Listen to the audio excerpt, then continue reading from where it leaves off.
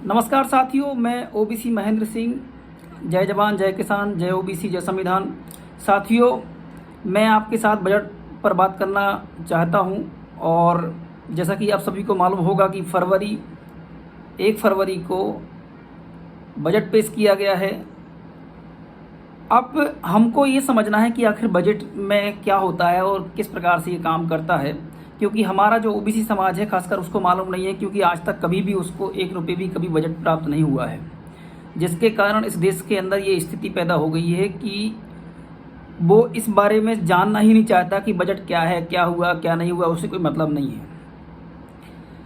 तो हम इसको समझेंगे कि बजट जो होता है वो ये करता है कि हमने कितना इकट्ठा किया और हम ये कहाँ पे लगाने वाले हैं। मतलब जैसा कि आप अपना घर में अगर किसान हैं या जो भी नौकरी करते कुछ भी करते हैं, तो जो साल भर की जो इनकम होती है उसको आप इकट्ठा करके फिर सोचते हैं कि मुझे किसान है तो मान लो सोचता है कि कुआं खोदना है या खेत में जुताई करना है, बहुत सारी चीज़ें जो होती है खेती से जुड़ी हुई, और या फिर बदलाव की फसलें करना है, जो भी है। तो वो सारी चीज़ें जैसे आप करते हैं घर में, जब आपका मान लो आपकी 4 एकड़ ज़मीन है, उससे जो फसल निकली और उसको आपने जो बेचा, तो जो उससे आया आप उसका फिर बजट बनाते हैं कि मुझे ये कितने कपड़े लेने के लिए करना है, कितना एजुकेशन में खर्च करना है। ऐसी सारी चीज़ें जो होती हैं वो इसी प्रकार से बजट होता है, सेंट्रल जो करता है कि उसके पास जो पैसा आता है वो कहाँ कहाँ लगाना है। अब देखिए आप,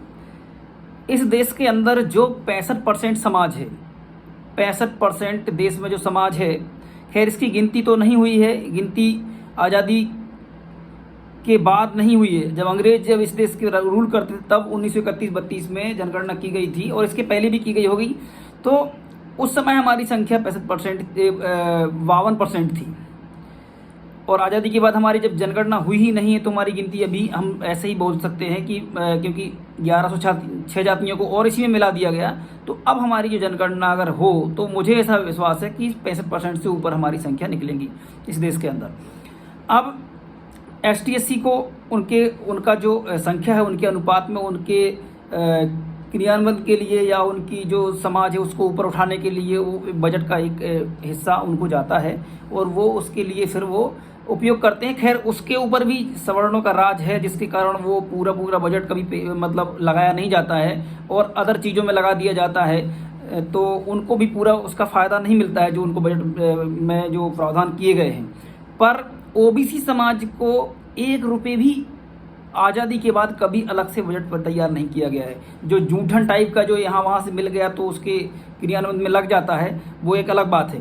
पर अगर इस देश के अंदर ओबीसी समाज की जनगणना हो जाए, मेन पॉइंट ये है, अगर जनगणना हो जाती है इस देश के अंदर तो ओबीसी समाज फिर ये कह सकता है कि हमारी जो संख्या है, देश जो है, जो भी पैसा चाहे वो कोई भी माने किसी भी स्कीम से आपके पास आ रहा है, उसमें हिस्सा ओबीसी समाज का 65% होना चाहिए, या जो उसकी संख्या निकल के आएगी उतना उसका हिस्सा होना चाहिए।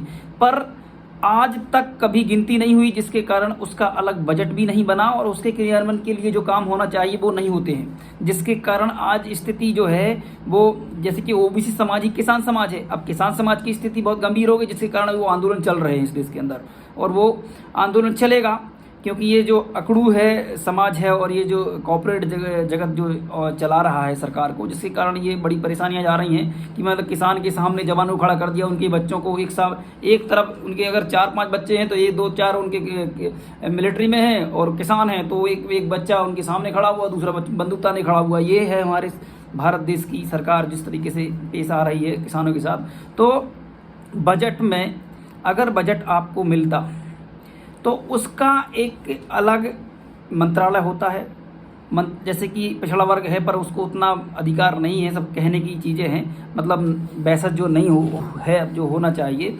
अगर बजट मिल जाए तो वो ओबीसी समाज के लिए, जैसे कि आपने देखा होगा अभी क्या होता है कि आपको बोलते हैं कि आपको स्कॉलरशिप मिलेगा या आपको लोन मिलेगा, तो आप देख रहे होंगे कि आपको स्कॉलरशिप तो मिलता है पर लोन नहीं मिलता है। अगर आपको बड़ा बजट मिलेगा तो उसमें से आपको लोन मिलेगा आपकी एजुकेशन के लिए। आप विदेश में पढ़ सकते हैं, देश में पढ़ सकते हैं, बड़ी यूनिवर्सिटी में पढ़ सकते हैं। और जो एजुकेशन का स्तर ओबीसी समाज में खासकर गिरता जा रहा है, वो अगर बजट मिलता तो वो उसका इंक्रीज होगा। अभी डिक्रीज हो रहा है क्योंकि आपका कोई बजट ही नहीं है। जूठन टाइप से कहीं से मिल गया तो उसमें आपको कुछ दे दिया तो हो जाता है। अब होता क्या है, अभी इस बजट में क्या किया गया है आप देखिए।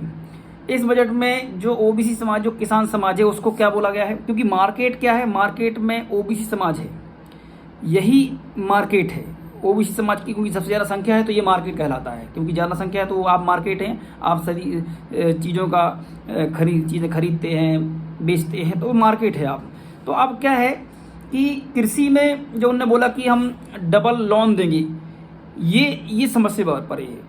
लोन क्यों दोगे, एमएसपी करो आप लोन क्यों दे रहे हो, आप एमएसपी डिसाइड कर दो, लोन की जरूरत ही नहीं है। पर वो चाहते हैं कि आने वाले समय में सारी ज़मीनों को पर कब्जा कॉर्पोरेट जगत का हो जाए, जिसके कारण ये लोन लेने का सिस्टम वो दे रहे हैं आपको। क्योंकि अगर मान लो एमएसपी डिसाइड हो जाता है, मान लो चने का रेट मान लो 15, मान लो उसने 10,000 डिसाइड कर दिया, या मूंग दाल का 7,000 डिसाइड कर दिया, तो क्या होगा कि इससे व्यक्ति को सरकार की और हाथ नहीं फैलाने पड़ेंगे। अभी क्या होता है कि वो जो जिसकी फसल का रेट जो 10,000 होना चाहिए वो उस 4,000 करके रखा है।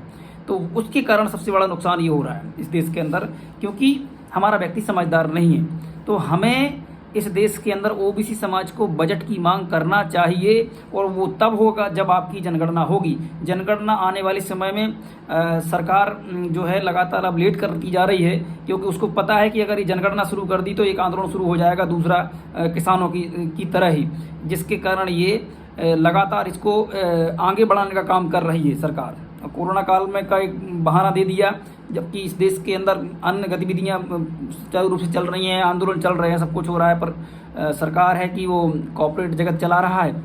तो एक चीज़, और दूसरी चीज़, हमारा सबसे बड़ा जो वर्ग है ओबीसी समाज, उसको समझ नहीं है, वो संविधान नहीं पढ़ता, वो महापुरुषों को नहीं पढ़ता है, इसलिए वो गुलामी की ओर बढ़ता जा रहा है। अब आप देखिए, बजट आया, सवर्णों को उन्होंने बोला, क्योंकि देखिए इस देश के अंदर जो इंडस्ट्री जो लगाते हैं वो ज़्यादातर सवर्ण है, क्योंकि उनके पास पैसा है। अब पैसा आप बताइए, उन्होंने कहा कि हम स्टार्टअप के लिए 30 लाख से लेके 100 करोड़ तक रुपए देंगे। अब बताओ ओबीसी समाज का कौन सा व्यक्ति अप्लाई करने वाला है। तो अगर बजट आपका बटा हुआ होता तो ये जो आपके पैसे का उपयोग जो वो लोग कर रहे हैं वो नहीं कर पाते, आपको ही करना पड़ता, आपके ही बीच में उपयोग होता, चाहे वो किसी भी रूप में हो। तो इसलिए कि एक मतलब जो सवर्ण समाज है उसको फ़ायदा पहुंचाने के लिए सरकार ने भरपूर कोशिश की। अब उन्होंने देखो प्राइवेट केंद्रीय विद्यालय खोलेंगे, प्लस उन जो विद्यालय हैं और जो सरकारी हैं उनको भी वो प्राइवेट की तरह ले जाएंगे। फैकल्टी प्राइवेट, एजुकेशन के सारे डिपार्टमेंट प्राइवेट कर दिए जाएंगे। सिर्फ नाम का खोखला एक बना हुआ रहेगा कि ये सैनिक स्कूल है। तो ये इस प्रकार की चीज़ें इस देश के अंदर की जा रही हैं। अगर इस देश के अंदर ओबीसी की जनगणना हो जाए और उसका अलग से बजट मिले तो इस देश के अंदर एक बहुत बड़ी क्रांति होगी, और वाकई फिर विश्व गुरु बनने की ओर देश बढ़ेगा। अभी ओबीसी समाज खासकर जो है उसके पर काटे जाते हैं हर टाइम। सोचने वाली बात है कि इतना बड़ा बजट बना, इसके बाद भी ओबीसी समाज को 1 रुपये का भी अलग से प्रावधान नहीं किया गया है। ये ओबीसी समाज पे खर्च किया जाएगा। कॉर्पोरेट जो है वो सवर्ण में पूरा, तो उसको अलग से बजट दे दिया उन्होंने, जितना चाहे पैसा लो आप, जो भी करो, और जो भी आपने पहले लिया है वो माफ़ी मांग लो आके, वो बैंक में दोबारा से लिखित में दे दो, फिर दोबारा से चलाओ, आप दोबारा से ले लो लोन, करो आप। कुछ भी चल रहा है इस देश के अंदर। मतलब ये बात मैं इसलिए बोल रहा हूँ सभी को कि साथियों, समझने की कोशिश कीजिए। इस देश के अंदर संविधान लागू है, संविधान सभी को समान अधिकार देता है, इसीलिए ओबीसी समाज को भी उसकी संख्या के अनुपात में हिस्सेदारी मिलना चाहिए बजट में, पर नहीं मिली। तो इसलिए हमें खुल के इस मुद्दे पर आना चाहिए, क्योंकि ये छोटे मुद्दे नहीं हैं। इससे देश का जो देश है वो आगे बढ़ता है, अगर आप गलत का विरोध करना शुरू करोगे तो साथियों, बजट में ओबीसी को प्रावधान नहीं है, इसलिए ओबीसी को प्रावधान होना चाहिए के लिए आप लोग जोर शोर से जनगणना के लिए आप सामने आएँ। जनगणना अगर होती है, आपकी संख्या अगर निकल के आएगी तो हम बजट में भी अपनी हिस्सेदारी ले सकते हैं। बहुत बहुत धन्यवाद। मैं ओबीसी महेंद्र सिंह। जय जवान, जय किसान, जय ओबीसी, जय संविधान।